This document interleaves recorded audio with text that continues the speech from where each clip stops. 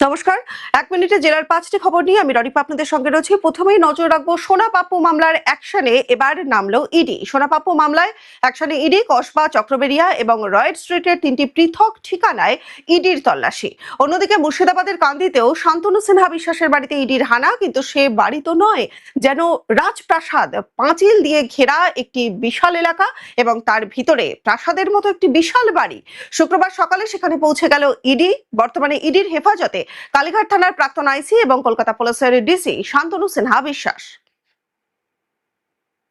শুক্রবার একেবারে বেনজির কাণ্ড কলকাতা পুরসভাতে। কলকাতা পুরসভার অধিবেশন কক্ষে তালার ঘটনাতে তোলপাড় রাজ্য রাজনীতি।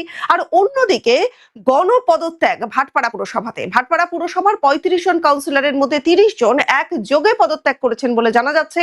নাগরিক পরিষেবা বিঘ্নিত হওয়ার আশঙ্কা করছেন অনেকেই। বোর্ড ভেঙে গেলেও পরিষেবায় কোনো প্রভাব পড়বে না বলে আশ্বাস দিলেন বিজেপি বিধায়ক।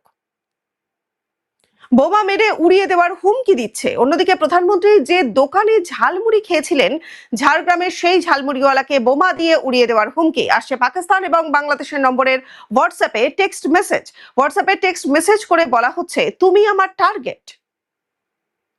হুগলিতে বুলডোজার, এবার কোন্নগরে চলল বুলডোজার। উত্তরপাড়ার বিজেপি বিধায়ক দীপাঞ্জন চক্রবর্তী দাঁড়িয়ে থেকে বুলডোজার চালিয়ে ভেঙে গুঁড়িয়ে দিলেন বেআইনি টোল আদায়ের অফিস। বিজেপি বিধায়ক বললেন যে উত্তরপাড়ায় কোনো বেআইনি কাজ বরদাস্ত করা হবে না। এতদিন কোন্নগর রেল স্টেশনের আন্ডারপাসে বেআইনিভাবে টোল গেট বসিয়ে টাকা তোলা হতো বলে অভিযোগ। আসি পরের খবরে। ভাঙন কবলিত এলাকা পরিদর্শনে বিজেপি বিধায়ক।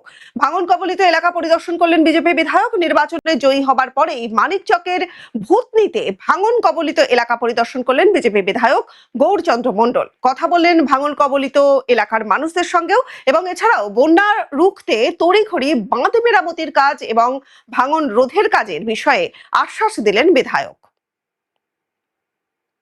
এতক্ষণে ১ মিনিটে জেলার ৫টা গুরুত্বপূর্ণ খবর নিয়ে আমি রনিপা আপনাদের সঙ্গে ছিলাম। নজর রাখুন এই সময় লাইভে।